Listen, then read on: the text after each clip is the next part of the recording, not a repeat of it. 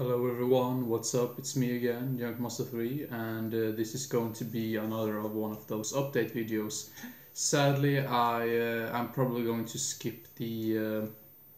Now that sounds really weird and stupid to say, but I actually feel like skipping the top 5 of the month for the month of September. So if you want to see the top 5 of the month for the September month, you would have to visit my IMDb page to see that list.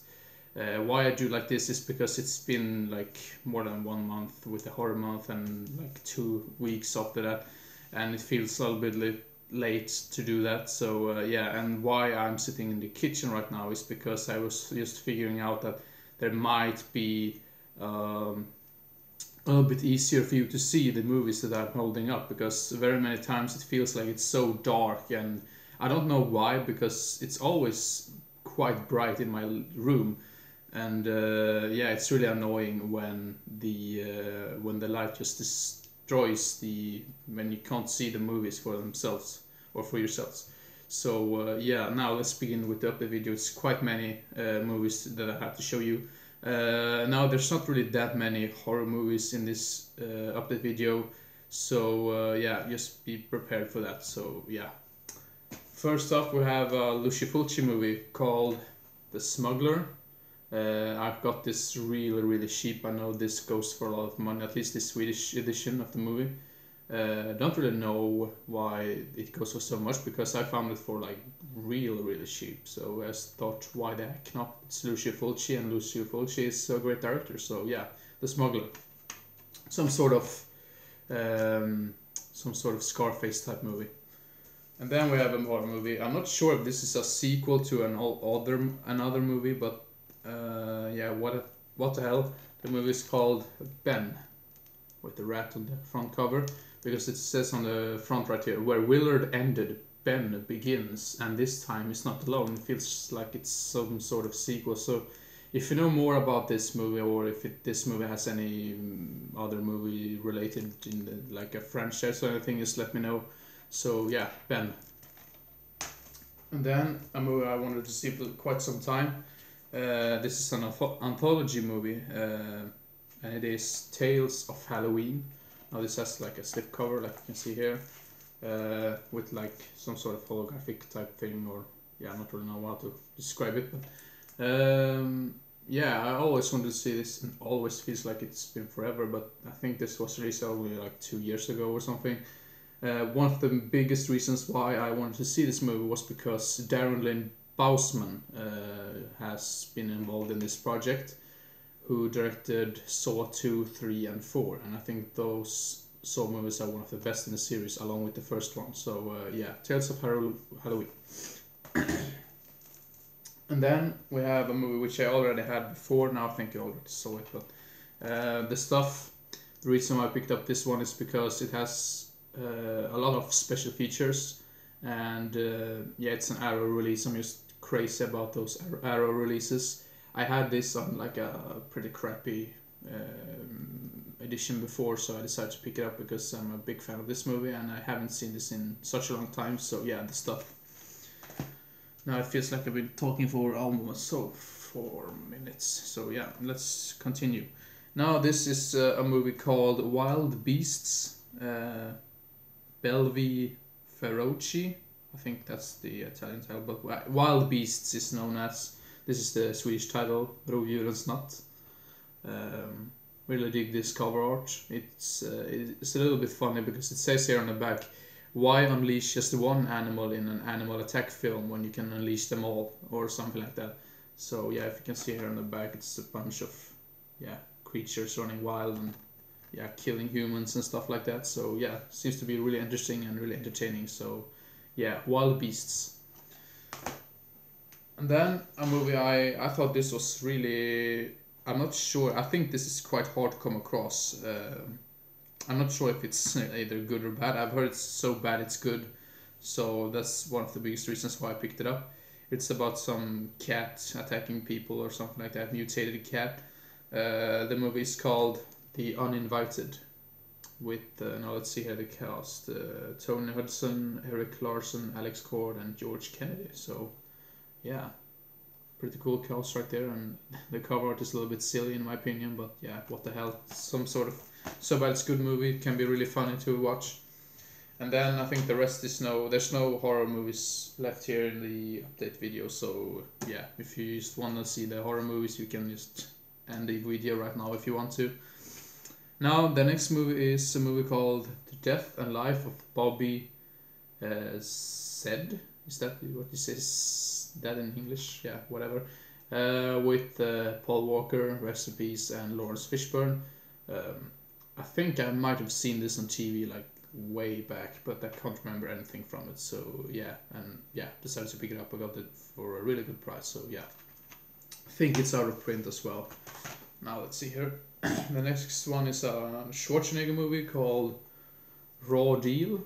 And yeah, the reason why I picked up this is because of Arnold Schwarzenegger and because it's from the 80s and it's probably some of those really schlocky, cool, awesome action movies he did in the 80s. I'm not really sure if this is one of his best, but I gotta love The Running Man and Commando. Those movies are just hilarious and really awesome, in my opinion. So yeah, Raw Deal. And then The Machinist with Christian Bale and now let's see what Jennifer Jason Leigh. She's a great actress. I think I mentioned this before. That I think she's really underrated. So yeah, but yeah, the biggest reason why I picked up this is because I heard some backstories about it, about Christian Bale, that he was like really into the role because he lost like so much in weight and that he almost looked like a skeleton.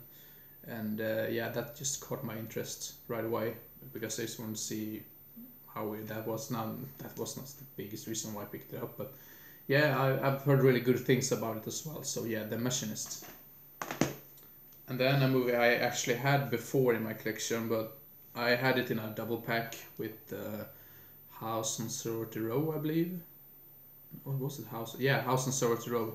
But I gave that one away to a friend because I really enjoyed both of those movies, and I finally found that other movie in that box set or that double pack, and the movie is Skeletons in the Closet.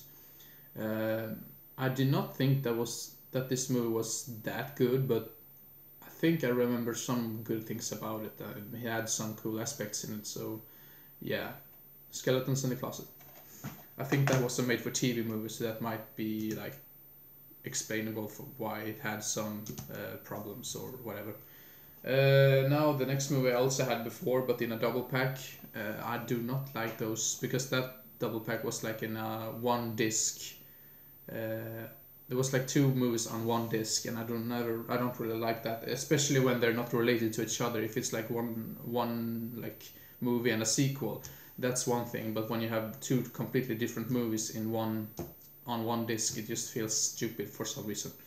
But yeah, the movie is Mimic by Guillermo del Toro. I think this was his first movie before. No, this was not his first. The first one he did was Kronos, I believe. So, but I think this was the first one he did in Hollywood or whatever.